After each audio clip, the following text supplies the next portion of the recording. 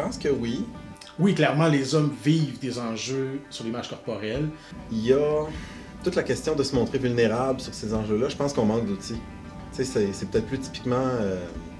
c'est peut-être plus typiquement féminin de se montrer vulnérable là-dessus, puis d'aller chercher l'espèce de côté où on est rassuré par les autres, de dire « Hey, t'es correct quand même, il y a ça dans ta personnalité, puis t'es quand même gentil. » Ou tu sais, on passe par d'autres chemins. Fait que ça là-dessus, puis tant mieux pour les femmes, mais les femmes ont une avance là-dessus parce qu'elles en parlent, tu vois, au moins. Tu veux dire, elles sont rendues au moment où là, elles le disent, elles le nomment, elles en débattent, elles le déconstruisent. Les hommes, on est encore en train de le pointer puis de dessiner un peu les contours de cet enjeu-là. T'sais.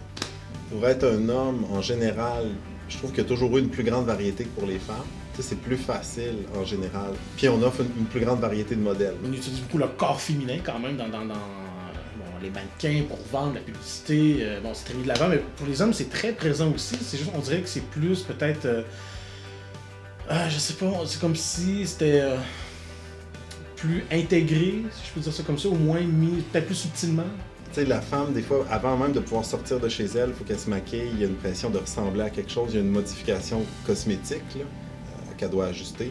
Le gars, moins. En même temps, des fois, c'est un jeu aussi. Tu sais, à quel point, c'est pas mon cas, là, mais avoir l'air dépeigné peut être un style, l'air dépeigné ou ainsi de suite, tu sais, ça va être là. Se la jouer un peu, puis tout ça dans l'attitude.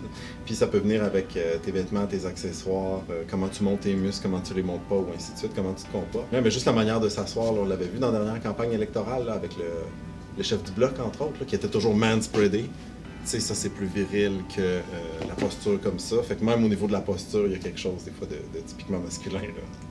Puis c'est avec raison là, qu'on dénonce, par exemple, tous les régimes, puis les trucs complètement débiles et inhumains et cruels que les femmes, par exemple, dans le mannequinat, se font subir pour avoir les corps débiles. Là, je dis débile dans le sens que c'est absurde là, de vouloir présenter des corps comme ça, comme si c'était normal, avoir des corps parfois aussi minces. D'un côté, je pense que les femmes peuvent remercier le féminisme. En fait, les femmes elles-mêmes doivent se remercier, là, mais je veux dire, le féminisme a tellement remis en question tellement de concepts, d'idées, qui ont fini par remettre en question également l'image corporelle, tu sais, les standards de beauté. Fait que je pense que ça faisait partie du processus du féminisme d'arriver à un moment donné à remettre en question ces normes-là. Les hommes, il n'y a pas de mouvement qui remet en question la virilité. Il n'y a pas de mouvement masculin qui remet en question l'image masculine sur plein d'aspects, tu sais, que ce soit justement l'image corporelle, que ce soit sur c'est quoi la masculinité. Bon, il y a un début là, en ce moment, il y a un début de discussion sur c'est quoi la masculinité, mais le féminisme, on remonte à 100 ans là, de discussion, là, tu sais. Fait que les hommes sont juste en retard.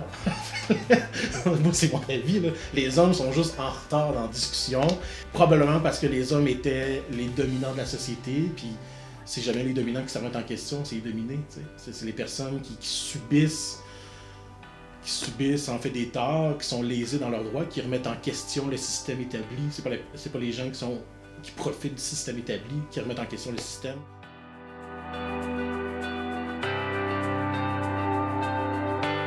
Le mot Joe du chef. Le mot Joe du chef.